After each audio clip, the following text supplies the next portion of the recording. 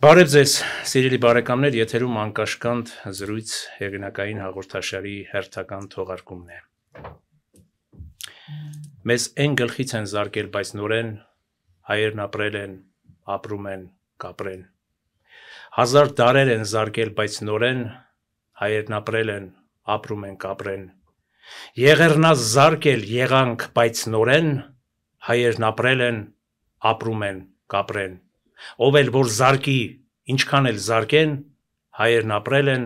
ապրում են, կապրեն։ Այսօր մեր զրուցակիցն է Արդար Հայաստան կուսակցության նախագահ Նորայր Նորիկյանը։ Պարոն Նորիկյան, շնորհակալություն, որ հերթական անգամ ընդունել եք մեր հրավերը եւ եկել եք մեր տաղավար։ Ես եմ շնորհակալ բարոյ ձեզ հրավերի։ Ես Հովհաննես Շիրազի այս տողերը կարդացի ոչ պատահաբար, որովհետեւ ապրիլի 24-ն է։ Մեր ժողովրդի մեծագույն ողբերգություններից մեկի տարելիցը, որ հերթական անգամ գիտակից եւ բարոյական հայ մարդը պիտի պարզապես իր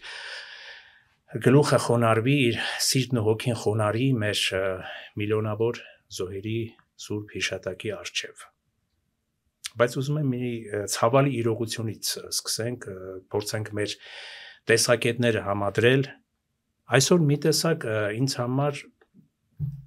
կասկածելի ասեմ, թե ոչ ընդունելի ասեմ, գուցե դուք մեկնաբանեք, խոսույթ է ծավալվել նաև ցեղասպանության հարցի շուրջ, որ ոմանք սա որակում են որպես ցեղասպանությունը առհասարակ 1915 թվականի մեծ եղեռնը կասկածի տակ դնելու միտում։ Ինչ եք կարծում, այս ամենը իշխանությունների կողմից ուղղորդված քայլ է, որպեսզի մեր, այսպես ասած, ողերի հարևանների հետ հարաբերությունների կարգավորում ստացվի, որպեսզի ինչպես ինչքան հիշում եմ վարչապետն էր, չէ, ասում կարմիրը հանգարց շատ ցույց չտանք ցուլին եւ ցուլը հանգարց չվնասի մեզ, թե պարզապես, չգիտեմ, նոր Հայաստանի, իրական Հայաստանի տեսություն ձևավորելու, նոր ժողովուրդ, նոր հասարակություն ձևավորելու մի միտում։ Մեկ անգամ եւս շնորհակալություն հրավերի համար։ Անկեղծ ասած, ինձ համար, եթե շատ կարճ արձանագրեմ, հասկանալի չէ վարվող քաղաքականության դոկտրինի էությունը, որովհետեւ վերջի 7 տարիների ընթացքում գործող կառավարությունը ոչ միայն 1-2 անգամ, այլ մի քանի անգամ է փոխել ստրատեգիական հարցերի վերաբերյալ իրենց պատկերացումները, այդ թվում Թուրքիայի Հանրապետության նկատմամբ, Ադրբեջանի Հանրապետության նկատմամբ, հայ-թուրքական հարաբերությունների կարգավորման հարցի կապակցությամբ, Հայաստան-Ադրբեջան հարաբերությունների կարգավորման առումով, այսինքն մենք հերթական անգամ հիմա մի ցիկլի մեջ ենք, որտեղ փորձ է արվում որոշակիորեն այլ լույսի ներքո ներկայացնել հնարավոր հակամարտության կարգավորումը, այսինքն ավելի փափուկ դիրքերից է հանդես գալիս գործող իշխանությունը եւ փորձ է անում լղոզելու, սուր անկյունները իցուց չդնելու, ամեն ինչ խաղաղության պայմանագրի լույսի ներքո ներկայացնելու, պատմական անցքերը պատմությանը թողնելու, առավել շատ ապագային միտված ինչ-որ հայեցակարգերի մասին անընդհատ շեշտադրելու դիրքերից է հանդես գալիս, բայց կներեք դրանք հարց լուծող խոսույթ չեն, դրանք չեն բերում հարցի լուծմանը, դրանք կբերեին հարցի լուծմանը, եթե մրցակիցը նույնպես խոսեր այդպիսի խոսույթով, այդպիսի տրամաբանությամբ առաջնորդվեր, այսպիսի տրամադրությամբ հանդես գար, իսկ մենք ճիշտ հակառակը մենք տեսնում ենք եւ Թուրքիայից եւ Ադրբեջանից բոլորովին այլ խոսույթ, այսինքն եթե մենք հանենք նույնիսկ այդ էմոցիոնալ ֆոնը եւ զուտ պահանջների դիտանկյունից գնահատենք Ադրբեջանի եւ Թուրքիայի ակնկալիքները Հայաստանի ներկայիս կառավարիչներից եւ Հայաստանի Հանրապետությունից, ստացվում է հետեւյալը, որ իրենց ծրագրերի իրականացման արդյունքում Հայաստանի Հանրապետությունը այո, որպես աշխարհագրական տարածք պահպանվի, բայց որպես պետություն դադարի գոյություն ունենալ, որովհետև այն պահանջների իրագործումը պարզապես ամբողջությամբ կկազմաքանդի Հայաստանի Հանրապետությունը։ Ես բազմաթիվ անգամներ շարադրել եմ այդ պահանջների իրագործման հնարավոր հետևանքները, մասնավորապես 300,000 ադրբեջանցիների վերադարձը, Սյունիքի միջանցքով անվերահսկելի միջանցքի տրամադրումը, Հայաստան-Ադրբեջան 1000 կիլոմետրանոց սահմանի դելիմիտացիայի դեմարկացիայի գործընթացում հնարավոր բարդությունները 242 կիլոմետր զավթված տարածքի դեռևս շարունակում է զավթած մնալը, Հայաստանի Հանրապետության Սահմանադրության փոփոխության պահանջը, Արցախյան առաջի պատերազմի ճակերտավոր ռազմական հանցագործներին Ադրբեջանին վերադարձնելը, այսինքն ԵԱԿ Մինսկի խմբի լուծարումը, այսինքն մենք ինչ ունենք։ Մենք ունենք մի իրավիճակ, երբ մեզ փորձում են հնարավոր բոլոր կողմերից խեղդել, ու մենք կարծեք չունենք հակաթույնը, հակադոկտրինը կամ գոնե դրանց դիմակայելու ուղված ներուժը։ Ես հեռու եմ այն մտքից, որ Հայաստանը միայնակ նույնիսկ կարող է նման ներուժ ունենալ, բայց աշխարհում կան բազմաթիվ օրինակներ եւ նման խնդրի առաջ կանգնած պետությունները որոնել են դաշնակիցներ, փորձել են հակամարտության կարգավորման այլ միջոցներ որոնել։ Հիմա մենք հասել ենք մի իրավիճակի, նույնիսկ աբսուրդային իրավիճակի, երբ Հայաստանի գործող իշխանությունը ընդհանուր 100% համաձայնություն է տալիս ադրբեջանական օրակարգին խաղաղության համաձայնագրի կետերի տեսքով, նույնիսկ դրանից հետո Ադրբեջանը ասում է, անգամ եթե դու 100% համաձայնես, միևնույն է ես չեմ կնքում քո հետ այդ խաղաղության համաձայնագիրը կամ պայմանագիրը։ Հասկանում եք, սա զավեշտ է, սա նշանակում է մի բան, տարածաշրջանում ընթացող գործընթացները հեռու են իրական խաղաղության հաստատման հնարավորությունից, որտեղ իրական խաղաղության հաստատման պայմաններում այսպիսի խոսույթ, այսպիսի պահանջներ, այսպիսի ակնկալիքներ մրցակցից կամ հարևանից չէր գեներացվի։ Իսկ մենք հայտնվել ենք մի իրավիճակում, երբ ուղղակիորեն ներքին լսարանին զբաղեցնելու, խաղաղության գաղափարը մեր ժողովրդի վրա ծախելու, խաղաղության օրակարգով մեր ժողովրդին մոլորեցնելու միջոցով փորձում է որոշ քաղաքական ուժեր ու հատկապես գործող իշխանությունը վերարտադրման նախադրյալներ ձևավորել, որովհետև բոլորի համար հասկանալի է, որ մեր ժողովուրդը խաղաղություն է ուզում։ Բայց բոլորը գիտակից, որևէ գիտակից մարդ շատ լավ պատկերացնում է, որ Նիկոլ Փաշինյանի կառավարությունը չունի այն ներուժը, որը Հայաստանին բերելու է խաղաղություն, որովհետև ցանկությունը դա ներուժ չէ, ցանկությունը դա ռեսուրս չէ, ցանկությունը դա հնարավորություն չէ, որովհետև երբ որ դու խոսում ես խաղաղության մասին, այդ խաղաղության հաստատող դու ընդամենը մեկ փոքր տար ես։ Այստեղ խաղաղություն կարող է հաստատվել մի քանի խաղացողների, գլոբալ խաղացողների կոնսենսուսի արդյունքում։ Եթե չկա այդ կոնսենսուսը, դու ինչքան ուզում ես ներքին լսարանը սպառելու համար խոսի այդ մասին, միևնույն է այդ բաղձալի խաղաղությունը չի հաստատվելու։ Գիտեք, աշխարհում կան օրինակներ, ես ձեր ուշադրությունը կհրավիրեմ ֆրանս-գերմանական դարավոր թշնամանքը, որում առաջին համաշխարհային պատերազմից հետո Վերսալյան պայմանագիրը, որտեղ Գերմանիան ստորացուցիչ պարտություն կրեց, բայց այդ ժամանակ այնտեղ կային հայտի զորահրամանատարներ, որոնք ընդգծում էին, որ դա խաղաղության պայմանագիր չէ, դա զինադադար էր, որոշակի ժամանակահատվածով 10 տարով, 20 տարով, 30 տարով։ Եվ այո, կյանքը հենց այդ պետություններին բերեց մի հանգրվանի, երբ որ նրանք երկրորդ համաշխարհային պատերազմի ընթացքում կրկին դեմ դիմաց հանդիման ելան հայտնի արդյունքներով։ Հիմա ստեղծվել է մի իրավիճակ, երբ մենք իսկապես մեզ բերել են հասցրել են մի հանգրվանի, երբ որ մենք Արցախյան առաջի պատերազմում տարել ենք շնացուցիչ հաղթանակ, չենք կարողացել դրա վերածել քաղաքական կապիտալի, մեր հաղթանակը չի ծառայեցվել կոնֆլիկտի լուծմանը, այսինքն մեր հաղթանակը չի դարձել հակամարտության լուծման համար հիմք, ճիշտ հակառակը, մենք 20-25 տարի մսխել ենք հաղթանակից հետո, որի ընթացքում հնարավորություն ենք տվել Ադրբեջանին ոտքի կանգնեցնելու, լեգիտիմացնելու մեր դեմ պատերազմ սանձազերծելու իր ուրեմն քայլերը, ավելին եւ 20-25 տարիների ընթացքում մենք չենք ստեղծել այնպիսի արդյունավետ պաշտպանական համակարգ կամ տարածք, որը իզորու կլիներ դիմակայելու ադրբեջանական ագրեսիային։ Ու հիմա մենք ինչի մեջ ենք գտնվում։ Եթե մեծ հաշվով ասեմ, մենք գտնվում ենք մեր պատմությունը սրբագրելու շատ վիճելի, շատ հակասական, սա ինքնա ջնջող, ինքնա ոչնչացնող, ինքնա մերժող ցիկլի մեջ, որտեվ եթե դուք ուշադիր լսեք քաղաքական վերնախավի այսօրվա խոսույթները, Արցախյան հակամարտության էությունն է փոփոխության ենթարկվում, Արցախյան հակամարտության կարգավորման բոլոր սխեմաներն ու ծրագրերն են դրվում կասկածի տակ հայանպաստ դիրքերից։ Ընդհանրապես բանը հասել է նրան, որ Նիկոլ Փաշինյանի կողմից պաշտոնապես հայտարարվում է, որ 94 թվականից հետո բանակցային գործընթացը տարվել է այն բանի համար, որպեսզի Ղարաբաղը վերադարձվի Ադրբեջանին։ Այսինքն մեղադրանքներ են սրանք, որոնք հայրենիքի դավաճանության մեղադրանքներ են։ Եվ այստեղ հարց առաջանում, բայց եթե քո ամբողջ մի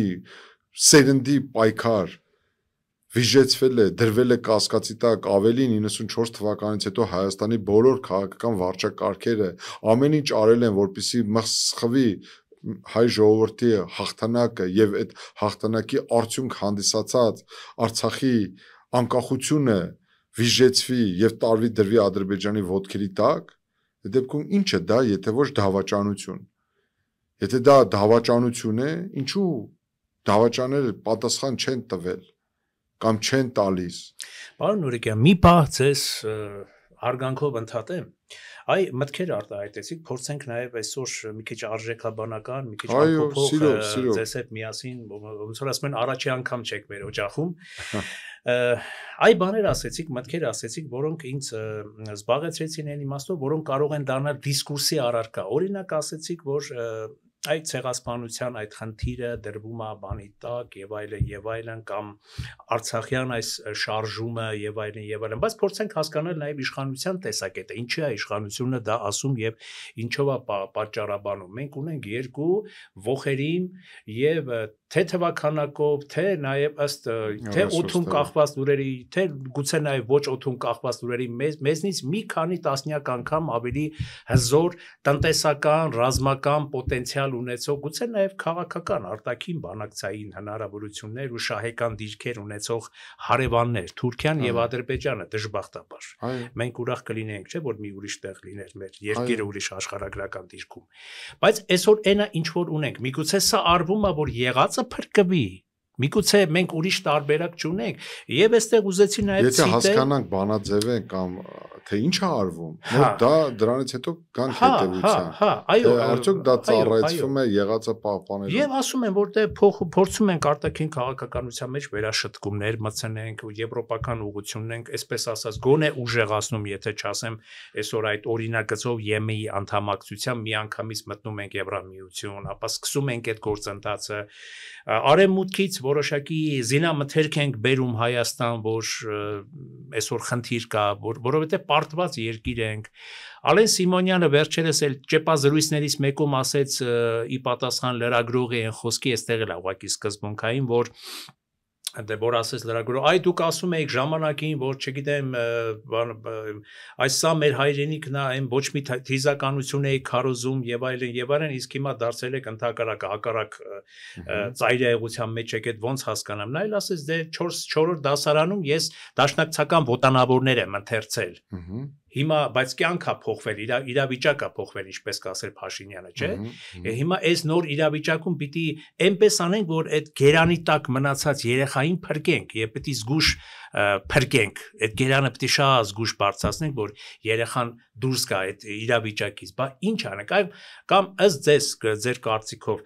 ինչ պիտի անի Փաշինյանը, որ չի անում,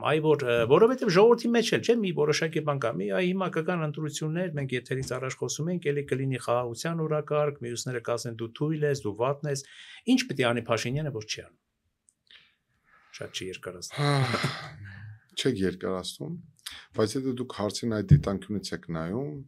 չաներ այն, ինչ արել է վերջի 7 տարիների ընթացքում։ Եթե շատ կարճ պատասխանեմ, որովհետև քաղաքական գործչի սխալները մեծ են այն առումով, եթե այդ քաղաքական գործիչը զբաղեցնում է մի կարգավիճակ, որի գործողությունները ճակատագրական են լինում ժողովրդի համար։ Բայց եթե այդպիսի դիտանկյունից եք մոտիկանում, ես փորձեմ այլ դիտանկյունից հարցը քննարկել։ Ոչ ոք դեմ չի խաղաղությանը։ դուք չեք գտնի Հայաստանում որևէ խելամիտ ողջամիտ մարդու, ով դեմ կլինի, որ Հայաստանի որևէ իշխանություն Թուրքիայի հետ հարաբերությունները կարգավորելուն, Ադրբեջանի հետ հարաբերությունները կարգավորելուն միտված քայլեր կիրագործի։ Ավելին, եթե ուզում եք ընդգծեմ ես իմ դիրքորոշումը, հետևյալն է, հայ ժողովրդի առջև մեկ հարց կա. ինչպես կարգավորել կոնֆլիկտը թուրքերի հետ, կամ հնարավոր է հաշտվել թուրքերի հետ ապրել նույն տարածաշրջանում։ Եթե մենք գտնենք այս հարցի լուծումը, ես նկատի ունեմ այդ երկու պետությունների, ինչպես կամ հնարավոր է հաշտվել Թուրքիայի հետ ու բնականon հարաբերություններ հաստատել։ Նույնը վերաբերում է Ադրբեջանի հետ։ Եթե մենք նույնիսկ այսօր ի վիճակի չենք կարգավորել նրանց հետ այդ հարաբերությունները մեկի ցանկության բացակայության դեպքում կամ նրանց պատկերացումների ու մեր պատկերացումների միջև առկա տարբերության պատճառով, բայց մենք գոնե առնվազն պարտավոր ենք կառավարելի պահել այս թշնամությունը, այսինքն վարել այնպիսի քաղաքականություն, որը չվտանգի, որովհետև պետական իշխանության ամենակարևորագույն խնդիրը քո պետության, քո ղեկավարած երկրի նկատմամբ արտաքին սպառնալիքների հնարավոր չեզոքացումն է կամ դրա կառավարելիությունը։ Եթե դու իզորու չես այդ սպառնալիքները կառավարել, չեզոքացնել, հեռացնել քեզանից, ուրեմն դու քո վարկագծով էլ ավելի մեծ մարտահրավերներ ես ստեղծում։ Հիմա եկեք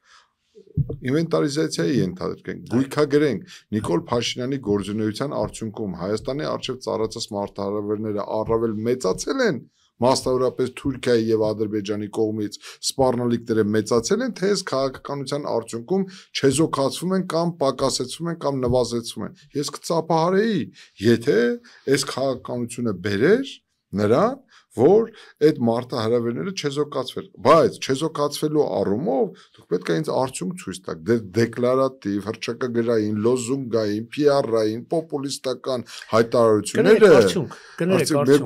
դրանք զրոյական նշանակություն ունեն։ Դուք ինձ ցույց տվեք թուրքական դիրքորոշման գետ 1 փոփոխություն սահմանների բացման հարցում, նույնիսկ նրանք, որը Քլաչ, Ռուբինյան հայտնի ձևաչափով բանակցությունների, եռամյա բանակցությունների ուրեմն ժամանակագրությունից հետո, երբ որ քննարկվում էր նույնիսկ երրորդ երկրների քաղաքացիներին հնարավորություն տալու հայ-թուրքական սահմանը հասնելու, նույնիսկ իրենք այդ առումով չգնացին փոխզիջման, հասկանում եք, այսինքն իրենց պատկերը, իրենց պահանջը շատ հստակ է, կատարեք Ադրբեջանի հնարավոր բոլոր պահանջները եւ կբացվի հայ-թուրքական սահմանը։ Այնպես չի, ինչ ճիշտ հասկացեք, որ ես դեմ եմ հայ-թուրքական սահմանի բացմանը, որ Հայաստան-Թուրքիա հարաբերությունների կարգավորմանը, ճիշտ հակառակը։ Ես գտնում եմ, որ այստեղ մենք լուրջ աշխատանք ունենք անելու միջազգային բոլոր հնարավոր խաղացողների, Թուրքիայի հետ ունեցած հարաբերությունների համատեքստում, Թուրքիայի հետ բարեկամ երկրների հետ, Թուրքիայի հետ հակամարտող երկրների հետ մենք շատ ճիշտ աշխատանքներ պետք է իրականացնենք հնարավոր համաձայնության հասնելու, որ թուրքական դիրքորոշման մեջ տեղի ունենա շրջադարձ, այսինքն առանց որևէ նախապայմանների կամ Հայաստանի առջև հավելյալ պահանջների դրման բացվի Հայաստան-Թուրքիա սահմանը եւ Հայաստանի եւ Թուրքիայի միջև հաստատվեն նորմալ հարաբերություններ։ Ես 2-3 տարի առաջ մի առիթով նշել եմ, հիմա էլ եմ ուզում վերահաստատեմ։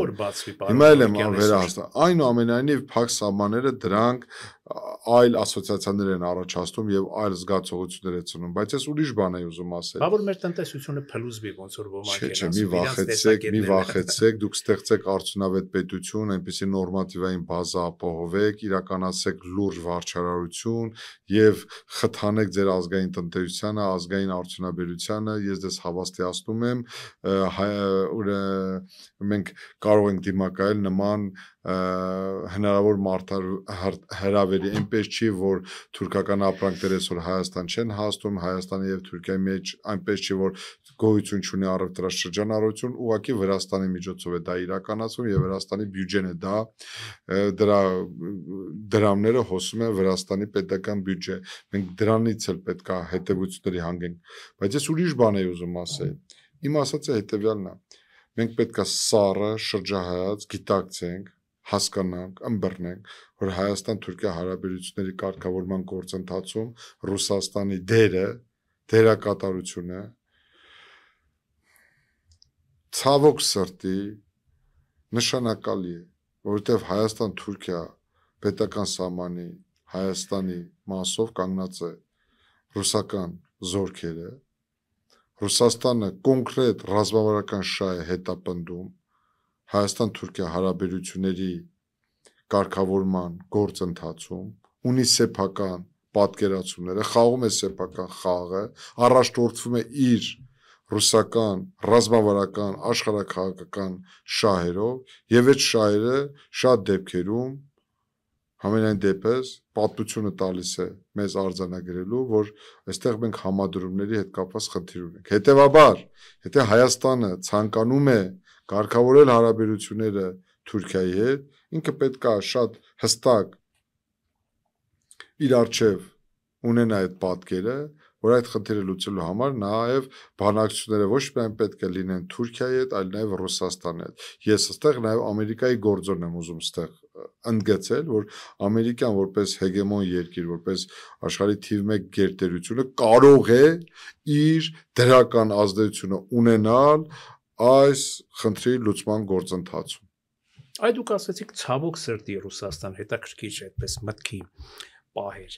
բայց ինչի մի կողմից էլ այն մյուս ընդդիմության, այսպես տեսակետը, այսպես մեջ բերեմ, նրանք էլ ասում են, որ անվտանգության պատնեշ է Ռուսաստան ամեն դեպքում այսօրվա բարդ աշխարհաքաղաքական իրավիճակի մեջ Հայաստանի համար, եւ այդ ռազմաբազանա պատնեշ, որովհետեւ եթե այդ ռազմաբազան չլինի, ինչ գիտեք, պարոն Նուրիկյան, Թուրքիան իր հզոր դաշտային բանակներով մի քանի օրում չի մտնի Հայաստան, ով է մեզ պահել, չէ՞։ Ես ոչ թե Ռուսաստանի դեմ կամ հակառուսական կամ ես ուրիշ բան եմ ուզում ասել։ Եղբայր ես հոգնել եմ թշնամի խաղալուց։ Ուզում ենք կարգավորենք հարաբերությունները, եթե մենք հասնենք այնպիսի արժանապատիվ լուծման, ուզում եմ իմ եղբոր բանակը լինի։ Ես չեմ ուզում, որ իմ բարեկամը ինձ օգնի։ Ես չեմ ուզում, որ իմ բարեկամ Ռուսաստանի զորքը կանգնած լինի իմ պետության տարածքում։ Շատ պարզ բնական ցանկություն է։ Դա ես ուզում եմ մեր տարածաշրջանում տևի հարատև խաղաղություն, մենք հասնենք այնպիսի գիտակցությանը, որ թուրքական սպառնալիքը չեզոքացված լինի, որ Թուրքիայի Հանրապետությունը համակերպվի մեր գոյության հետ, որ ընդունի, որ Հայաստանի Հանրապետություն կա եւ նա պետք է անվտանգ լինի, եւ նրա նկատմամբ որևէ ռազմական նկարտումներ չունենա, եւ դրա համապատասխան երաշխիքները պետք է տան այդ թվում նաև Ամերիկայի Միացյալ Նահանգները, այդ թվում նաև Ռուսաստանը հանգի այդ հետևության, որ Իրանը, այսինքն այլ երկրներ, եւ ի վերջո հայ եւ թուրք ժողովուրդները պետք է հասնեն այն գիտակցությանը, որ այլևս ավարտվել է պատերազմների ժամանակահատվածը։ Ի վերջո, ես ասում եմ, որ չկա, ես ասում եմ, որ դրա ռիսկերը կան, ես ասում եմ ավելին, որ ասում եմ հնարավոր է ճիշտ հակառակ process-ը, դրա համար ասում եմ, մեր խնդիրը ոչ թե պետք է լինի ամեն գնով խաղաղություն մուրալը, այլ այդ խաղաղություն, այդ թշնամանքը, այդ ճգնաժամը կառավարելի պահել է։ Մենք այնպես չի, որ գիտեք ինչ, խաղաղություն ասելով մենք այդպես միամտի ձևով պետք է ընդունենք, որ Թուրքիան խաղաղություն է ուզում, Ադրբեջանը խաղաղություն է ուզում, ճիշտ հակառակը, մենք դա առացորեն 5 տարի առաջ մենք տեսանք Թուրքիայի դերակատարությունը ու դրա աղետալի հետևանքները Արցախի հակամարտության գործընթացում։ Ես ուրիշ դիտանկյունից եմ ասում, ես ուզում եմ մենք ստեղծենք մի այնպիսի ընկալում, որ Թուրքիան դադարի դիտարկել Հայաստանը որպես հերթական զոհի եւ Հայաստանը դարձնենք այնպիսի արդյունավետ պետություն, որը ունակ լինի ձևավորելու իրեն անհրաժեշտ պաշտպանական համակարգ։ Սրա մասին է խոսքը։ Այո, դա բոլորիս երազանքը պիտի լինի եւ այդ դեպքում արդեն Ռուսաստանը կարող է եւ Ռուսաստանն էլ կարող է էլի բարեկամ մնա, բայց զորքը քաշի ասի ես գնացի։ Իհարկե, այսինքն ամբողջ խնդիրը հենց հետեւն է, ես դա եմ ուզում, այսինքն այդ ով է ասել, որ ռուսական զորքը պետք է հավերժ մնա Հայաստանի Հանրապետությունում։ Ճակատներից գրված չի, էլի, ոչ էլ իրական։ Եվ ընդ որում դա հակառուսականություն չպետք է դիտարկել։ Պետք է նաեւ Ռուսաստանի հետ աշխատել այդ ուղղությամբ, որ եթե ձեր զորքը Հայաստանում չի նշանակում, որ մենք ձեր թշնամիներն ենք։ Մենք պետք է կարողանանք շատ արժանապատիվ փոխադարձ շահերի հարգման հիման վրա վարել պետական քաղաքականություն, արտաքին քաղաքականություն։ Եվ Ռուսաստանի հետ էլ պետք է այդ հարաբերությունները նորմալ լինեն, աշխարհի մնացած երկրների հետ էլ պետք է հարաբերությունները նորմալ լինեն։ Այսինքն ես ինչ եմ ուզում ասել։ Իմ նման մտածող մարդկանց գործունեության առանցքում Հայաստանի Հանրապետությունն է։ Պետական պետականաշինության գործընթացում ցանկացած հաջորդ իշխանություն չպետք է իրականացնի քայլեր, որոնք վտանգի տակ կդնեն Հայաստանի Հանրապետությունը։ Ճիշտ հակառակը, հաջորդ իշխանությունը պետք է վարի հավասարակշռված շրջահայաց արտաքին քաղաքականություն, որի արդյունքում կհեռացնի, կչեզոքացնի հնարավոր արտաքին բոլոր սպառնալիքները, իսկ այդ սպառնալիքները ոչ միայն Թուրքիայից են, ոչ միայն Ադրբեջանից են, այլև այլ տարբեր երկրներից են, տարբեր կազմակերպություններից են, տարբեր ընկալումներ նույնիսկ կարող են մեզ համար ընկալվել որպես սպառնալիք։ Մեր խնդիրը, իշխանության խնդիրը հենց դա պետքա լինի, կառավարելի դարձնել դա եւ հնարավորինս չեզոքացնել։ Եթե իշխանության ընկալումը դա չէ, ուրեմն ես չգիտեմ մենք ինչի հետ գործ ունենք։ Իշխանությունը այդ ձեր ասացի հիման վրա ասում է, որ 26-30 տարի շարունակ Արցախյան շարժումը օգտագործվել է ընդդեմ Հայաստանի հենց ձեր ասած պետականության, պետություն ունենալու, այսինքն Արցախյան շարժումով մանիպուլյացրել են մինչ 18 թվականին եղած իշխանությունները, որպեսզի իրանք իշխանության մնան, որպեսզի անընդհատ նոր ընտրությունների շեմին շահարկեն Արցախյան հարցը եւ նորից գան իշխանություն, ժողովրդին վախեցնեն դրանով, որպեսզի մեր անկախության պաշարը սպառեն, Թալանը արդարացնեն, որ ժողովուրդ ջան, դե մի քիչ եկեք թալանենք, բանանենք, բայց թալանի դեմ մի կանգնենք, որովհետեւ եթե թալանի դեմ Եթե այդ մասին Նիկոլ Փաշինյանը խոսել է 2018 թվականին, շարունակեք։ Շատ ներողություն, երկու բառով էլ ավարտեմ, ցուցանիշներ էր բերում, այ դուք ասացիք արդյունավետ պետություն, հրաշալի է, իհարկե պետք է մենք ունենանք արդյունավետ պետությունը, որ դիմանանք։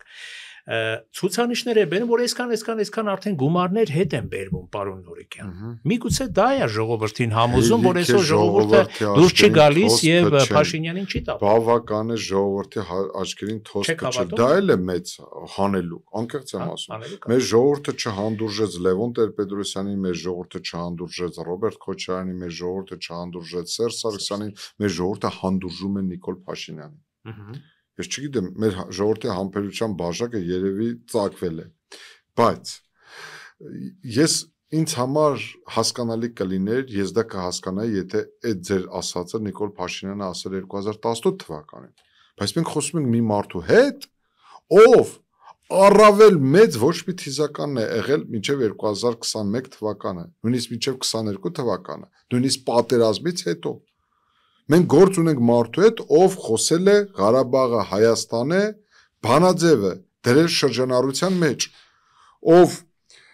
խոսել է Թուրքիայի որպես Հայաստանը կործանող պետության գործունեության մասին։ Ու հիմա մենք խոսում ենք մի մարդու մասին, ով գծորեն հակառակ տեսություններն է առաջ բերում ու դարձնում օրակարգ։ Մենք այդ պատճառաբանություններն էլ Թալանի, Մալանի դրանք առանձին կանդրադառնանք, Նիկոլ Փաշինյանի կոնցեպտը Արցախյան հակամարտության էության հիմնախնդրի լուծման առումով ինձ համար գիտեք ինչի է հիշեցնում, երբ որ մահացած մարդու վրա սպիտակ սավան են դնում, բայց դա չի նշանակում, որ այդ մարդը չկա էլ։ Եթե ինքը այդ սպիտակ սավանը այսօր դնում է Արցախյան շարժման վրա, Արցախյան կոնֆլիկտի վրա, Արցախյան հակամարտության վրա, այդ չի նշանակում, որ այդ կոնֆլիկտը չի եղել կամ չկա կամ լուծվել է, հասկանում եք։ Սա խոսում է մի բանի մասին, որ եթե մարդը չի ուզում մի բան տեսնել, չի նշանակում, որ այդ մի բանը չկա։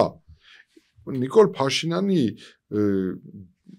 պատկերացած խաղաղության կոնցեպտը կամ խաղաղության պայմանագիրը Ադրբեջանի հետ պարզապես որևէ քննադատության չի դիմանում, որովհետև տեսեք,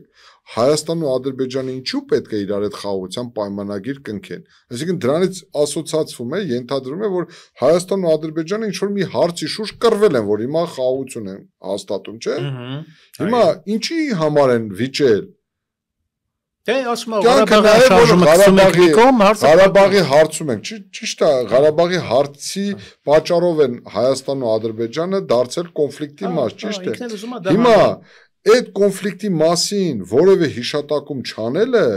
ու ցույց տալը տպավորություն ստեղծելը, որ եթե մենք չենք խոսում Ղարաբաղի մասին, ուրեմն մենք Ադրբեջանի հետ որևէ խնդիր չունենք։ Ժորժ, սա աչքակապություն է, սա ինքնախաբեություն է, սա կոնֆլիկտի լուծում չէ, սա չեղա, որ Հայաստանն ու Ադրբեջանը հաշտվում են, եթե դուք կոնֆլիկտի օբյեկտ հանդիսացող այդ խնդրի վերաբերյալ չեք գալիս հասնում ընդհանուր համաձայնության, դուք ընդհանրապես ական եք դնում հաջորդ սերունդների տակ, ու այդ ականը կպայթի, որտեվ եթե դուք չեք լուծում այդ հարցի վերաբերյալ կողմերի միջև եղած տարաձայնությունները, իսկ դրանք բազմաթիվ են, սկսած ադրբեջանցիների, արցախցիների իրենց պատմական հայրենիքը վերադառնալու բնական ու անօտարելի իրավունքից, վերջացած Արցախի ժողովրդի էթնիկ զտման հանգամանքից, ի վերջո բազմաթիվ այլ իրողություններ ես հիմա չբերեմ։ Այսինքն մենք ինչ ունենք մի իրավիճակ, երբ որ ձևականորեն հնարավոր է կնքվի խաղաղության պայմանագիր, բայց իրականության մեջ նման խաղաղություն օբյեկտիվորեն գոյություն չունենա, որովհետև լուծված չեն հնարավոր բոլոր հարցերը, որոնք այսօր Հայաստանին ու Ադրբեջանին թշնամացրել է։ Լավ, ինչպես է, այսինքն, ինչպես պարզ բացատրենք մեր ժողովրդին, որ Նիկոլ Փաշինյանի բերած այդ խաղաղության պայմանագիր փաստաթղթով չի լուծվում Հայաստանի եւ Ադրբեջանի միջև հարաբերությունները։ Իսկ դա նշանակում է, որ խաղաղությունը այդ փաստաթղթով չի հաստատվելու, որովհետև այդ փաստաթղթով ընդհանրապես իրացվում է Ադրբեջանի հաղթողի դիրքերից հանդես գալու արդյունքում նրա պահանջների իրագործումը։ Կներեք, բայց Ալեն Սիմոնյանն ասում էր այլ բան, ասում էր ինչ բաներ որևէ պարտադրանք չի ենթադրում այդ 17 կետերը, եւ ասում է, եթե ինչ որ այսպես ասած ուժեղ բաներ, կետեր, որ կային, այսպես ասած, գործոններ, այսպես զսպաշապիկներ, որ կային, եթե Ադրբեջանը ասում է այդ հայցերի հանելը եւ այլն, մենք ենք անում, նրանք էլ նույնը իրենք են անում եւ հավասար մեկնարկային դիրքերում ենք լինելու, մենք նույնիսկ այդ 17 կետերը հնարավոր է, որ բոլորիս համար ընդունելի լինի, բայց խնդրում եմ, դիվանագիտության մեջ հայտնի կոնցեպտ կա, եթե ամեն ինչ համաձայնեցված չէ, ուրեմն ոչինչ համաձայնեցված չի։ Խնդիրը այլևս դուրս է 17 համաձայնեցված կետերի տիրույթից։ Ադրբեջանը ուրիշ պահանջներ է ներկայացնում։ Նույնիսկ մեկ կատարում ձեր պահանջները։ Չէ, պետք է բանակցել մշտապես պետք։ Այսինքն կներեք, այդ դեպքում ես ես վերջերս անդրադարձա այդ հարցին։ Դուք ինչ եք առաջարկում։ Դուք ասելով նկատի ունեմ Նիկոլ Փաշինյանին։ Պատերազմ չլինի, ժողովուրդ ջան, աստիճանաբար Ադրբեջանի ուզածը կատարենք։ Սա է ասում, բա ինչ ասում։ Գիտեք որն է, ասինքն խնդիրը նրանում է, թե ասում է, ես սա եմ առաջարկում։ Շատ լավ, եթե դուք համաձայն չեք իմ խաղաղության օրակարգին, իմ ճանապարհային քարտեզին, կներեք, ասում է, ընդդիմությունը բա ինչ է առաջարկում, որ ավելի լավն է, որ ժողովուրդն էլ հավատա այն ընդդիմությանը եւ գնա ընդդիմության հետևից։ Մենք ինչ պիտի անենք արտաքին քաղաքականության մեջ, արտաքին, այսպես գուցե դաշնահա տարբերակներ շատ են, դաշնակիցների նորից հետ բերելու կամ չգիտեմ ինչ որ հարգելի մանուկ, դուք եկեք մի մանիպուլացրեք։ Ես դες հավաստիացնում եմ, հիմա դուք վարում եք այս հաղորդումը եւ ես ձեր հյուրն եմ, եկեք տեղերով փոխվենք ու կտեսնեք, որ հաղորդման բովանդակությունն էլ է փոխվում, հաղորդման խոսույթն էլ է փոխվում, ու ես սկսեմ ձեզ հարցեր տալ։ Հետեւաբար Նիկոլ Փաշինյանի այդ վկայակոչած այդ մանիպուլյացիան չի հասնում, որ դուք ինչ եք առաջարկում, բանակցություններ վարողը, նոր իշխանությունը իր երթին բերելու է նոր փիլիսոփայություն, այսինքն անձի դերը պատմական պրիզմայով դա շատ առանցքային է եւ կարա ճակատագրական նշանակություն ունենա։ Հայաստանի որակապես նոր շունչ բերող նոր իշխանությունը կարող է 100%-ով փոխել բանակցությունների տրամաբանությունը։ Շատ լավ, որն է այդ շունչը։ Ինչ։ Այդ շունչը որն է։ Եվ մի բան ասեցիք, հասկացանք, որ արդյունավետ պետություն պետք է ունենանք, որը չի հաջողվում ըստ ձեզ ու ըստ շատերի։ Մենք երկու կոնցեպտի վրա պետք է կառուցենք Հայաստանի հաջորդ իշխանության համար, երկու կոնցեպտի վրա պետք է դրվի Հայաստանի զարգացումը, կրթություն եւ պաշտպանություն։ Եթե մենք այս կարևորագույն սեգմենտները չդարձնենք մեր կյանքի զարգացման համար ելակետ, մենք դատապարտված ենք լինելու։ Հայաստանի Հանրապետությունը գոյատևման համար անհրաժեշտ է ունենա որակյալ կրթված հասարակություն, սա մեկ, եւ երկրորդը մենք պետք է ունենանք պաշտպանական համակարգ։ Բանակցային գործընթացը կարող են տևել տարիներ։ Բանակցային գործընթացի համար, երբ թե քո ուժերը ուժեղ լինելու համար դու պետք է ունենաս քո ներսում դու պետք է ապահովված լինես արդյունավետություն։ Իսկ արդյունավետությունը դա պետական կառավարման համակարգի արդյունավետությունն է, մրցունակ տնտեսության կառուցումն է, Հայաստանի Հանրապետությունում իրավունքի գերակայության հաստատումն է, Հայաստանի Հանրապետությունում բոլորի համար հավասար պայմանների ձևավորումն է, Հայաստանի Հանրապետության պետական բյուջեի արդյունավետ կառավարումն ու ծախսում է, ենթակառուցվածքների ձևավորումն է, այսինքն իմ պատկերացած արդյունավետ պետության հիմքում հենց դա է սահմանադրական գաղափարը։ Դուք չեք տեսնում այսօր մեր իրականության մեջ։ Այսինքն նույնիսկ իրենք չեն տեսնում։ Ձեզ հարց տվեցի այն պահով, որ ինձ էլ որպես ընդհանրապես քաղաքացու շատ հետաքրքրեց։ Այդ ցուցանիշները, որ Նիկոլ Փաշինյանը բերում էր, այ կարևոր կետի վրա ենք, էլի։ Այդ ցուցանիշները իրականում այսքան փող հետ բերելու, թալանի հետ գումարները, այսպես ապօրինի գույքեր բերելու, դրանք կան թե չկան։ Եթե չկան, ուրիշ հարց է։ Եկեք ես ծանոթ եմ։ Քանի որ անընդհատ խոսել եմ ես այդ թեմայի մասին, տպավորությունը, որ ես անընդհատ կրկնվում եմ։ Այս իշխանությունը 2018 թվականին հրապարակեց մի թիվ, որով ընդգծում էր, որ Հայաստանից նախորդ տարիների ընթացքում 14-ից 30 միլիարդ ԱՄՆ դոլար է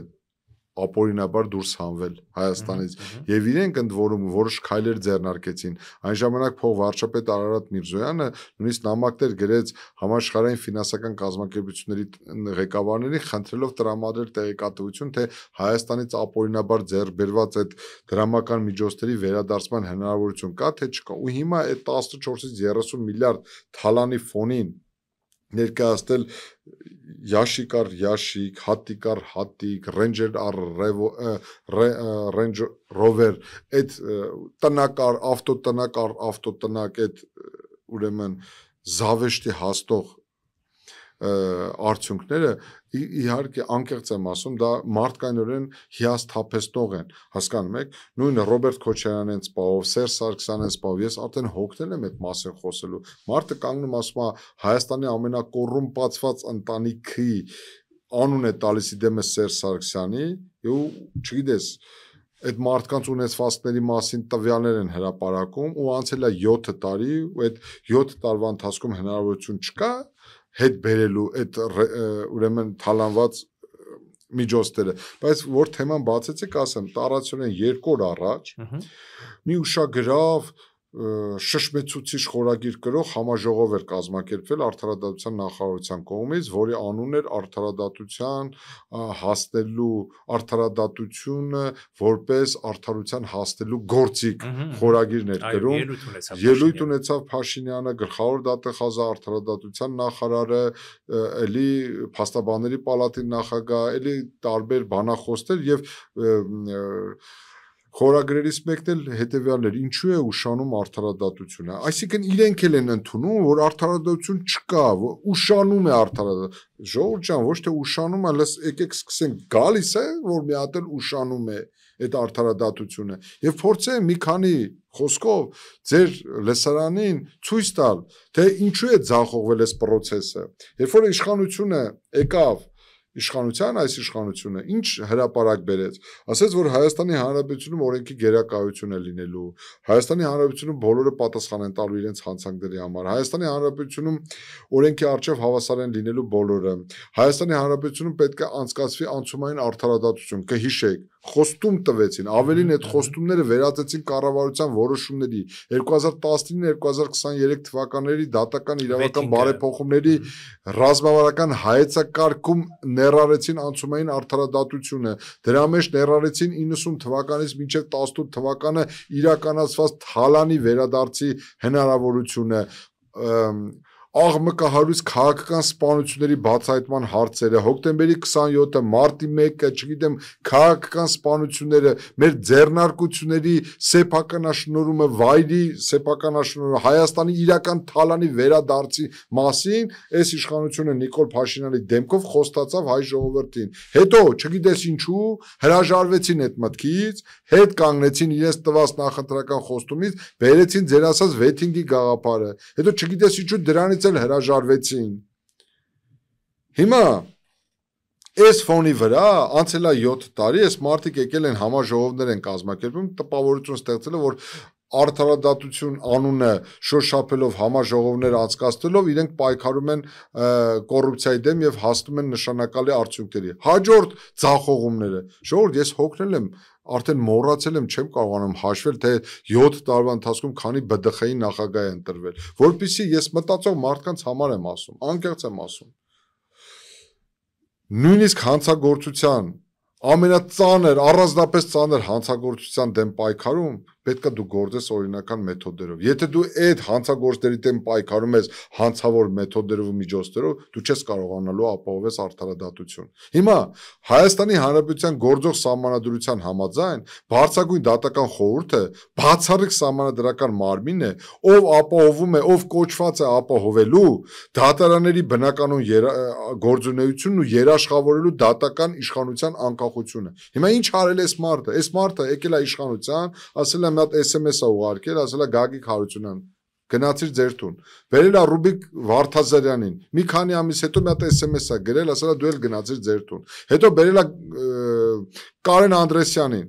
ներողություն, Գագիկ Ջահանգիրյանին, հետո մի քանի ամիս հետո ասել է Գագիկ Ջահանգիրյան, դու էլ գնացիր ձեր տուն։ Հետո բերել է Կարեն Անդրեսյանին, հետո մի որոշ ժամանակ հետո մի հատ էլ SMS-ը գրել, ասել է դու էլ գնացիր ձեր տուն։ Հիմա բերել է մի հատ նոր տղայի։ Հիմա եթե այս սահմանադրական մարմինը, որը կոչված է ապահովելու Հայաստանի դատական իշխանության անկախությունն ու բնականon գործունեությունը, կախված է մեկ մարդու SMS-ից, դուք ինչ արդարադատություն իրականացնելու կամ արդարության հասնելու հույս ունեք, ժողովուրդ ջան։ Հաջորդը վերջի 7 տարվա ընթացքում այս մարդը փոխել է 4-5 արդարադատության նախարար, 4-5 ԱԱՑ տնօրեն, 4-5 ներքին գործերի նախարար ու ոստիկանության պետ։ Իրենք կարող են այդ համաժողովների քննչական կոմիտեի նախագահ, գլխավոր դատախազ փոխենք մի հատ հասկանանք, տեսնենք, այս փոփոխությունների արդյունքը ո՞րն է եղել։ Արդյոք հենց այս ամեն ինչը հենց այստեղ գլխավոր դատախազի մեջ թաքնված ձախողումը, Վճռաբեկ դատարանի նախագահի մեջ թաքնված ձախողումը, արդարադատության նախարարի մեջ թաքնված ձախողումը, Բարձրագույն դատական խորհրդի նախագահի մեջ թաքնված ձախողումը, իսկ գուցե հենց իր մեջ է թաքնված այդ ձախողումը, որտեղ մի մարդու պատկերացումներով, որը որևէ ձևով աղերս չունի արդարադատության հետ, իրավաբանության հետ, իրավագիտության հետ, կառուցել Հայաստանի Հանրապետությունում արդարադատություն կամ դատական իշխանության այնպիսի համակարգ, որը կբխի հասարակության շահերից, ուղղակի հնարավոր չէ պատկերացնել, բայց հիմա դուք շարքային Հայաստանի Հանրապետության քաղաքացի եք, ճիշտ է։ Հիմա խնդրում եմ, դուք ինքներդ ձեր մեջ հարց տվեք։ Արդյոք դուք ապրում եք կոռուպցիայի ձերծ երկրում։ Արդյոք վստահում եք Հայաստանի Հանրապետության դատական իշխանությանը։ Արդյոք գործող իշխանության քայլերը բերելու են դատական իշխանության անաչառ ու անկախ դատական իշխանության ձևավորմանը։ Արդյոք Նիկոլ Փաշինյանը այն մարդն է, որի ղեկավարած քաղաքական ուժով հնարավոր է հասնել Հայաստանի Հանրապետությունում ապահովել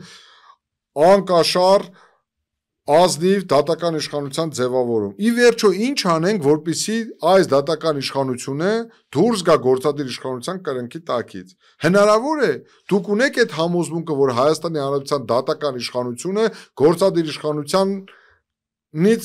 կախվածություն չունի։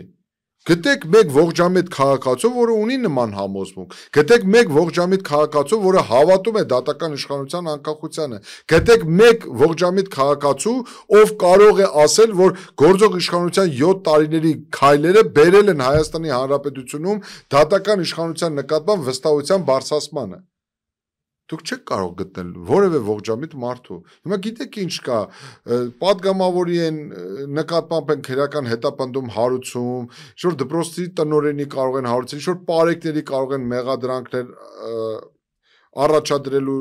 նույնիսկ ենթարկել քրեական պատասխանատվության։ Ես խոսում եմ ընկալման մասին։ Ես խոսում եմ փոփոխված հասարակության մասին։ Բովանդակային առումով մենք փոխվել է մեր հասարակությունը։ Մեր հասարակությունը 2018-ից հետո մինչև 2025 թվականների ընկած ժամանակահատվածում արժեքաբանական ինչ փոփոխությունների է ենթարկվել։ Հայաստանի Հանրապետության հասարակության մոտից վերացել է մենթիում միլիցու ընկալումը, գործ տվողի ընկալումն է վերացել։ Այս վերջերս կարդացի մի տեղեկություն, որ Նիկոլ Փաշինյանի իշխանությունը վերջի տարիներին մի քանի միլիարդ դրամների փող է ներարկել ոստիկանական համակարգ բարեփոխումների համար։ Եվ դա իրենք ներկայացնում են որպես արդյունավետության ցուցիչ, որպես աշխատանքի արդյունք։ Հիմա եկեք հարց տանք, այդ փողերի, այդ գումարների, այդ ահռելի միջոցների ներդրման արդյունքում դուք ստացել եք որակապես նոր ոստիկանություն, դուք այսօր իդեմս ոստիկան հասարակություն կա փոխադարձ վստահության հիման վրա հարաբերություն, այսօր հասարակությունը վստահում է ոստիկաններին, ազդարար ինչ որ համակարգ ներդրեցին, այսօր Հայաստանի Հանրապետության ցանկացած քաղաքացի կարող է ցանկացած հանցագործության համար ինքը հանգիստ զանգարել 102 հեռախոսահամարով ու ոստիկանությանը հայտնել հաղորդում հանցագործության մասին, միանգամից կպիտակավորեն գործ տվողը, չգիտեմ, տարբեր ինչ-որ էպիտետներով։ Դուք փոխել եք 7 տարիների ընթացքում այդ ընկալումը հասարակություն, դուք փոխել եք ձեր հասարակության դեմքը, դուք փոխել եք ձեր ոստիկանի դեմքը, դուք փոխել եք ձեր դատավորի դեմքը։ Ճիշտ հակառակը, որ բացել եք թեման, ասեմ դες, դատական օրենսգրքում իրականացեցին այնպիսի փոփոխություններ, որ 25-26 տարեկան երիտասարդները կարող են դառնալ դատավորներ ու վճռեն մարդկային ճակատագրեր։ Այն դեպքում, երբ որ իմ խորին համոզմամբ դատավորի կարգավիճակը, դատավորի առաքինությունը, դատավորի իրականացած արդարադատության հիմքում դա դատավորի վաստակն է, մասնագիտական հեղինակությունն է, նրա ազդեցությունը մասնագիտական ոլորտում, եւ որ դու բացակայում ես այդ ամեն ինչին, գիտեք ինչ, ինչքան ուզում եք վճռ հրապարակեք, եթե դատարանի անձը նույնիսկ հարգանքի արժանի չի, դատարանը չի վաստակել իր մասնագիտական փորձով, փորձառությամբ, տարիների վաստակով այդ հարգանքը եւ վաստակը, ես դες հավաստիացնում եմ նրա Հայաստանի Հանրապետության անունից նրա կողմից հրապարակված դատական ակտերը գրոշի արժեք չեն ունենալու։ Էսա խնդիրը 7 տարվա ձեր աշխատանքի արդյունքը ձեր 3 օրվա համաժողովներ, որտեղ դուք շատ ազնվորեն գրել եք որպես խորագիր, ինչու է ուշանում արդարադատությունը։ Իրենցից լավ գնահատական տվող իրենց գործունեությանը չկան, դուք Նիկոլ Փաշինյանից լավ գնահատական տվող իր իշխանությանը գոյություն չունի, ասում է դպրոց չենք կարողանում սարքենք, ասում է մենք մասնագետ չենք, ասում է մենք կրթված չենք, մենք տագետ ենք, ասում է մենք չենք կարողանում փողոց կառուցել, ճանապարհ կառուցել, չգիտեմ ինչ է ասում։ Ինքը մեր ժողովրդի հավաքական կերպարն է, դա է ուզում ասել։ Թող ազնվորեն ասի հայ ժողովուրդ, ես ձեր հավաքական կերպարն եմ։ Եվ դա հնարավոր է քննարկել։ Ինքը մեր ժողովրդի հավաքական կերպարն է։ Ինքը դա է ուզում ասել, ինքը ասում է ես ժողովուրդ ջան, ասում է ես ձեր հավաքական կերպարն եմ։ Ինքը դա է ուզում հասկացնել մեր ժողովրդին։ Եվ մեր ժողովուրդը չգիտես ինչու, քիչ առաջ ասեցի, հանդուրժես բոլորին, չհանդուրժես բոլորին, հանդուրժում է իրեն։ Ես ուզում եմ ուրիշ դիտանկյունից մենք նայենք։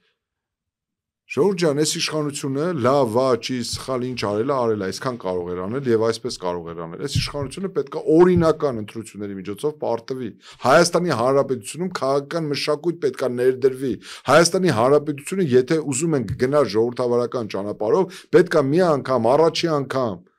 պատմական դեպք արձանագրելու համար, հաջորդ սերունդերի համար մենք պետք է մի անգամ գնանք այդ խիզախությանը։ Գործող իշխանությունը պետք է օրինական ընտրությունների միջոցով պարտվի ու առանց դիմադրության իր իշխանությունը հանձնի իրեն հաղթած քաղաքական ուժին։ Սա Նիկոլին դեմ լինելու, սա Նիկոլին կողմ լինելու, սա Քոչարյան, Սերժին, մնացածին Լևոն Տեր-Պետրոսյանին, գործող խաղացողներին, գործող հավակնորդների դեմ ու կողմ լինելու խնդիր չի, սա Հայաստանի ապագայի խնդիր է։ Ում անուն ուզում եք դնեք Հայաստանի Հանրապետության վարչապետ, այդ կառավարությունը, այդ իշխանությունը պետք է մի անգամ օրինական ընտրությունների միջոցով պարտվի։ Ոնց բացատրենք էլ։ Ես այդ քաղաքական պայքարի այդ մշակույթի կողմնակիցն եմ։ Եվ ես ուզում եմ, որ Հայաստանի Հանրապետությունում իսկապես ժողովուրդը չհեռանա թատերաբեմից։ Հիմա ամեն ինչ անում են, փորձում են ժողովրդին հեռացնել թատերաբեմից։ Ժողովրդին ստիպեն, որ ժողովուրդը դադարի քաղաքական գործոն լինելուց, ժողովուրդը դադարի իշխանության կարող լինելուց։ Ես դրա վտանգը տեսնում եմ, որովհետև երկիրը ես 4 տարի առաջ եմ ասել, հիմա չեմ ասում, 2021 թվականին եմ ասել, որ երկիրը վերածվել է մեկ մարդու երկրի, որ պատուանը բացում ես Նիկոլի ձայնն է, որ աշխատասենյակը բացում ես Նիկոլի ձայնն է։ Այդ ձայները պետքա տարբեր լինեն։ Ազգային ժողովի նախագահից եք ասում։ Դուք գիտեք մեր երկիրը ինչ երկիր է, խորհրդարանական կառավարման երկիր է։ Եթե շատ պարզ բացատրեմ, Նիկոլը հաշվետու է Ալեն Սիմոնյանին։ Այդտենց Նիկոլ Փաշինյան կա, որ հաշվետու է Ալեն Սիմոնյանին։ Այդտենց կառավարություն կա, որ հաշվետու է այսօրվա ազգային ժողովին։ Լավ, մի ծիծաղեցեք էլի ժողովրդին։ Մի ծիծաղեցեք։ Այսինքն մենք ստեղծել ենք մի fake կառավարման համակարգ, այս fake Նիկոլ Փաշինյանն է որոշում, ով պետքա լինի ԲԴԽ-ի նախագահ, ով պետքա լինի գլխավոր դատախազը, ով պետքա լինի ազգային ժողովի նախագահ, ով պետքա լինի Հայաստանի Հանրապետության նախագահ, ով պետքա լինի համայնքի ղեկավարը, համայնքի շարքային սովորական համայնքի ղեկավարը։ Այսինքն ինչ ենք անում։ Մի ժամանակ այդ մարդու անունը Լևոն էր, հետո դարձավ Ռոբերտ, հետո դարձավ Սերժ, հիմա այդ մարդու անունը Նիկոլա։ Մենք ուզում ենք համակարգային փոփոխությունների գնանք, ուզում ենք իսկապես մեր պետությունը դարձնենք զարգացած եվրոպական երկիր, Գերմանիա, Ֆրանսիա, Իտալիա, ուզում ենք արտագաղթենք, գնանք Լոսում ապրենք, չգիտեմ, Փարիզներում ապրենք, ուզում ենք մեր երկիրը դարձնենք այդ նույն Ֆրանսիան, այդ նույն Գերմանիան, այդ նույն Իտալիան, այդ նույն Լոս Անջելեսը, ուրեմն պետքա մեր մոտ քաղաքական միտքը զարգացնենք, կարողանանք մեր պատկերացած հայկական պետության մոդելը գտնենք, այդ մոդելի հիման վրա, այդ մոդելը մոդելավորելով կարողանանք այդ պետությունը ձևավորենք։ Ես հավատում եմ, մենք այդ ներուժ ունենք, մենք այդ ռեսուրսը ունենք։ Մենք ուղղակի չենք վստահություն են կորցրել։ Այս վերջից Նիկոլը չլինի ով լինի։ Դե կներեք էլի, Լևոնը չլինի ով կլինի, Քոչարյանը չլինի բա ով լինի, Սերժը չլինի բա ով լինի։ Հիմա նորից փակ շղթա են ստեղծել, փակ շղթա։ Այդ փակ շղթան պետքա ջարդել, ընդհանրապես քաղաքական դաշտում պետքա շղթաները ջարդել։ 3 տարվա կուսակցություն են, 3 տարվա կերան բոլոր կողմերից մեզ կերան, բոլոր կողմերից իշխանությունը իր հերթին, դե կներեք էլի դուք ով եք որ քանի գլխանի եք Նիկոլ Փաշինյանին գնահատում եք։ Որ կներեք ձեր Նիկոլ Փաշինյանը անթերի է, անխոցելի է, ոչ մի սխալներ չի թույլ տվել, նրան չի կարելի քննադատել։ Հայ ժողովրդի աստվածն է Նիկոլ Փաշինյանը։ Բայց ոնց կլինի դու Քոչարյանին քննադատես, ոնց կլինի դու Սերժ Սարգսյանին քննադատես։ Ֆեյքային ոմակներով հարձակվում են վրա։ Չգիտեմ, այս վերջերսը թազա Նիկոլին ինչքան քննադատում են, նիկոլականները գրում են, դարձել է քոչարանական, քոչարանականները առանք է, սերժականները առանք է։ Լսեք, դուք եք իրար առնում ու ծախում։ Բավական է այս անբարոյականությամբ զբաղվեք։ Այս երկրում այսինքն որևէ նորմալ մարդ հնարավոր չի, որ կարողանա ուղղակի իր պատկերացումները ներկայացնի։ Այսինքն որ չեմ ծառայում ոչ Նիկոլին, ոչ Քոչարյանին, ոչ Սերժին, դուք դրել եք ձեր մեջ, այսպես ասած, այս գզվրտոցը շարունակում եք, այսինքն ձեզ մի բան եմ ասում, նրանց համար եմ ծախված, նրանց մի բան եմ ասում, ձեր համար եմ ծախված եւ այսպես շարունակ մի հատ հիմար վիճակ։ Քաղաքական դաշտը պետքա մաքրել, քաղաքական դաշտում պետքա գան մաքուր ուժեր, որոնք չեն սպասարկվում, որևէ օտար պետության կողմից չեն ֆինանսավորվում, չեն հովանավորվում, չեն ներկայացնում այդ օտար պետության շահերը, որևէ մեկի խամաճիկը չեն, որևէ մեկի կրնկի տակի, չգիտեմ, աղբը չեն, ունեն դեմք, ունեն պայքարելու վճռականություն, աղտոտված չեն։ Մի բան էլ ասեմ ու ավարտեմ, անկեղծ եմ ասում, իրոք ինձ համար վիրավորական է որպես մարդ ու որպես քաղաքացու։ Այսինքն, այդ որ չեն ասում Նիկոլը չլինի, բա ով է լինի վարչապետ։ Այսինքն ժողովուրդ ջան, այսինքն այս երկրում, եթե դու մարդ չես սպանել, կոռուպցիայով չես զբաղվել, ընտրակեղծիքներով չես զբաղվել, միլիոնատեր չես, տակը միլիոներ դիզած չկան, պոպուլիզմով չես զբաղվել, Արցախը չես կործանել, հոկտեմբերի 27-ով չես անցել, մարտի 1-ով ժողովրդի վրա չես կրակել, 4 միլիարդ դոլար կամ 1 միլիարդ դոլար չունես, ստախոսությամբ չես զբաղվում, պոպուլիզմով չես զբաղվում, ժողովրդին չես խաբում, որովհետեւ դու վարչապետ չես կարա դառնաս։ Այսինքն սա եք դուք ուզում ասեք, սա է մեր ժողովրդին հասցվում։ Այդ ինչ չափանիշ կա Հայաստանի Հանրապետությունում վարչապետ դառնալու։ Ես էլ ասում եմ եկեք ստանդարտները սահմանենք, ով կարող է դառնալ վարչապետ, ով կարող է դառնալ падգամավոր, ով կարող է դառնալ նախարար, ով կարող է դառնալ դատախազ։ Եկեք հələ պատկերացնենք, դուք մեր պարլամենտի այդ անդամներին ծանոթ եք, նրանցից 90%-ի անուն ազգանուններին գիտեք։ Դու գիտեք ով է ներկայացնում քաղաքական մեծամասնությունը, ինչ հետագիծ ունեն, ինչ քաղաքական կենսագրություն ունեն, ընդհանրապես ինչ մասնագիտական գիտելիքների են տիրապետում, կարան օրենք գրեն թե չգիտեն, բա որ դուք այդ բոլորը լավ եք, բայց ձեր ղեկավարած երկիրը սա է։ Այսինքն հիմա ովքեր են այդ խաղացողները։ Նիկոլ Փաշինյան, Սերժ Սարգսյանը, Ռոբերտ Քոչարյան, չէ՞։ Այս մարդիկ են երկուսը 10 տարի ղեկավարել են երկիրը, այս մարդը 7 տարի է ղեկավարում այս երկիրը։ Այսինքն բացարձակապես այս ուժերից է կազմված Հայաստանի քաղաքական վերնախավը, Հայաստանի Հանրապետության պարլամենտը։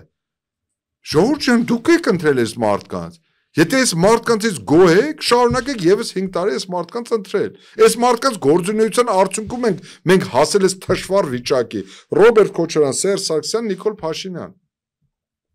Հիմա կասեն Լևոնի անունը խիչ չեք տալիս, հա։ Ես պետք է ասեի դուք խնայեցիք, հա։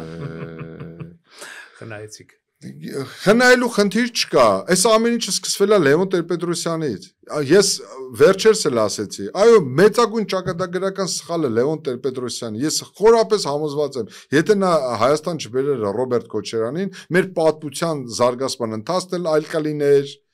Արցախի հակամարտության կարգավորման հեռանկարն էլ այլ կլիներ, ընդհանրապես մեր վիճակն էլ այլ կլիներ։ Մնում է պետք է հարցնել, իսկապես Հայաստանում մարդ չկար, որ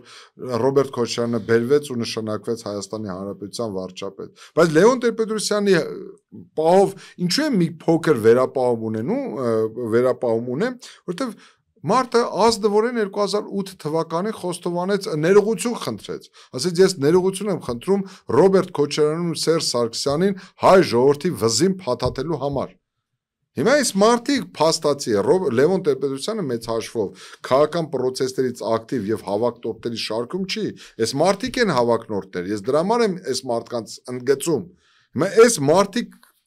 իշխանություն են, ընդդիմություն է, ինչ որ չափով իշխանություն է։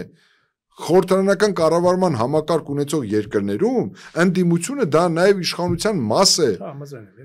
Այսօր Հայաստանի Հանրապետությունում ժողովուրդ ջան, մեր ընդդիմության տիտղոսային ընդդիմության առաջնորդները երկուսն են՝ Ռոբերտ Քոչարյան եւ Սերժ Սարգսյան։ Դուք եք նրանց այդ մանդատը տվել, դուք եք նրանց ձեր քվեով նրանց այդ հնարավորությունը տվել։ Այդ մարդիկ ինչ որ առումով պատասխանատու են վերջին 5 տարիների ընթացքում, բայց կներեք 2022 թվականին Ռոբերտ Քոչարյանը լուռ էր, 23 թվականին լուռ էր, Արցախի էթնիկ զտումից հետո, Արցախի դատարկումից հետո այս մարդիկ լուռ են եղել։ Հիմա բայց արույտես քաղաքական դաշտում գեներացվում է, որ 2026 թվականին էլի պայքարը գնալու է այս մարդկանց միջև Նիկոլ Քոչարյան Սերժ։ Մեկ վարքյան։ Հիմա նորից պայքարը գեներացվում է, որ նորից պայքարը գնալու է այս մարդկանց միջև։ Ժողովուրդ ջան, ինչի համար պետք է այս պայքարը գնա այս մարդկանց միջև։ Այս մարդկանց որ աշխատանքի արդյունքում պետք է մեր ժողովրդի վզին նորից փաթաթվի Քոչարյան Սերժ, Նիկոլ։ Հիմա եթե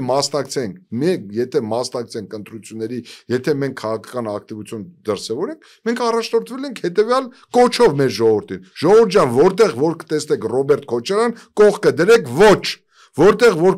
տեսնեք Սերժ Սարգսյան, կողքը գրեք ոչ, որտեղ որ տեսնեք Նիկոլ Փաշինյան, կողքը գրեք ոչ։ Եթե դուք ուզում եք շնչեք, եթե Հայաստանի նոր շունչ է հարկավոր, եթե դուք ուզում եք Հայաստանում որակ փոխեք, եթե դուք ուզում եք Հայաստանին բերել զարգացման հնարավորություն կամ շանս տալ Հայաստանին, եթե այս մարդկանց միջև ընտրությունը կատարվելու, եթե մեր ժողովուրդը համակերպվել է այս եռանկյունում, ես չգիտեմ, ուրեմն մենք ապրում ենք իսկապես ծուռ հայելիների թագավորությունը, ուրեմն ամեն ինչ լավ է, ժողովրդի ցավն էլ տանեմ։ Պարոն Նուրիկյան, եթե ես ձեզ այսպես չհակադարձեի եւ մի քիչ էլ չջղայնացնեի, որովհետեւ լավ է։ Դուք այսքան այսպես ավելի այսպես պատկերավոր ըստ ձեզ չէիք բացահայտի ձեր տեսակետները, ձեր մտայնությունը մեր իրողության վերաբերյալ։ Ինձ հաջողվեց սադրել, այո, գնահատում եք, շնորհակալություն։ Շնորհակալություն գնահատելու համար միշտ պատրաստ եմ ձեզ այսպես լավ սադրելու։ Հարգանք դրես, ես եմ շնորհակալ։ Շնորհակալություն, որ եկաք եթերի, այստեղ հաջորդ կարծես էմոցիոնալ էլ ստացած, ես հայցում եմ մեր հանրության։ Կարծում եմ, որ էմոցիոնալ ավելի անկեղծ է ստացվում, որովհետև եթե էմոցիոնալ դաշտում չլինենք, մենք չենք կարող երևի ավելի անկեղծ լինել, քան կանք։ Այնպես որ կարծում եմ, էլի ձեր վերջին մտքերը այլ մտքերի տարան, կարծում եմ դրանց վերաբերյալ էլ խոսենք հաջորդ մեր հանդիպման ընթացքում։ Շնորհակալություն, որ ժամանակ գտաք եւ եկաք մեր տաղավար։ Եթերում անկաշկան զրույց հեղինակային հաղորդաշարի հերթական թողարկումներ եւ մեր հյուրներ Արդար Հայաստան կուսակցության նախագահ Նորայր Նուրիկյանը։ Սիրելի բարեկամներ, ես դիմում եմ մեր այն ունկնդիրներին, որոնք դեռ չեն հասցրել բաժանորդագրվել մեր One Talk YouTube-յան ալիքին, խնդրում եմ նրանց ընդամենը սեղմել զանգակ կոճակը, բաժանորդագրվել մեր One Talk YouTube-յան ալիքին եւ դրանով անդերձ խրախուսել մեր աշխատանքը։ Լավ եղեք։